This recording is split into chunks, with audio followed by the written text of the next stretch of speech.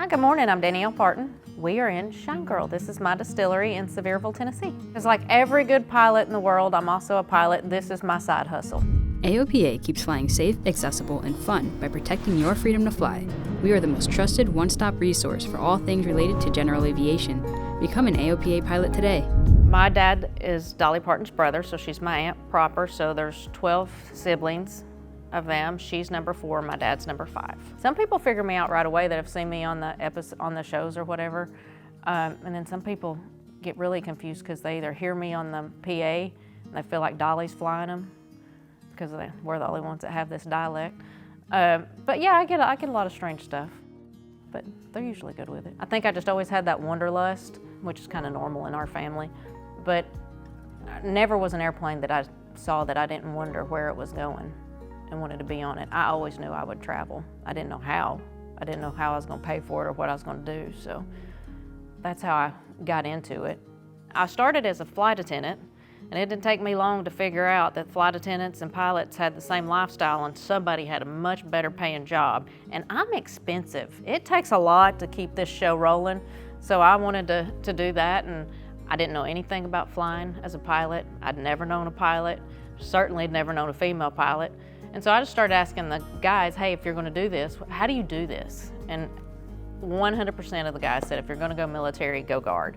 And I had to kind of figure that out because I couldn't afford to pay for it on the civilian side. I flew C-5s and C-130s. Then I went on to one of the big boys, and I have flown Airbuses, the 321 series, the 19, 20, and 21. And my next that I'm gonna tackle is the 787. I actually was treated very well, but I think a lot of it is because I'm mean.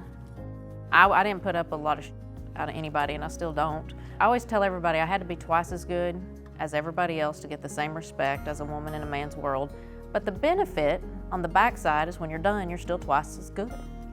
It's just what it is. You've already done the work that everybody else is still catching up to.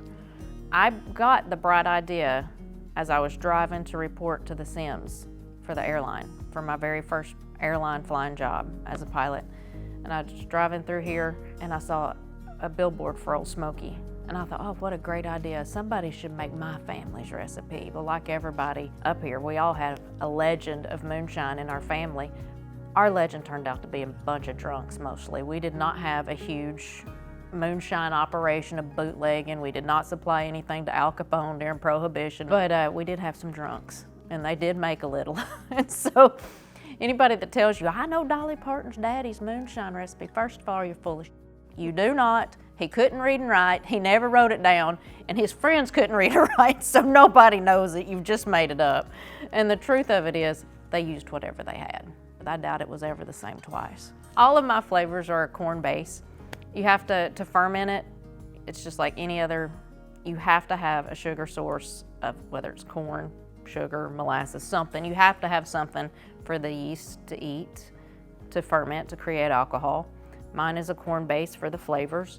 But what makes it moonshine is that it doesn't technically fit into another class. It doesn't fit the definition to be bourbon, doesn't fit the definition to be a Tennessee whiskey.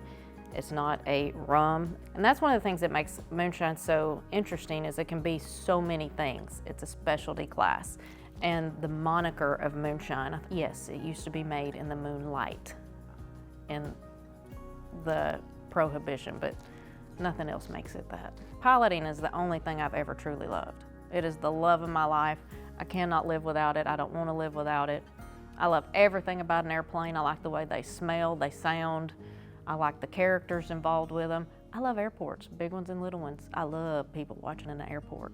I've gotten to see so many interesting things. I mean, it just goes on forever. I'm never bored, ever bored. I've met amazing people. I always love to see the kids get excited. I love having kids come up to the flight deck, and I get to tell them what all these buttons are, and if I don't know, I make it up, and they don't know the difference.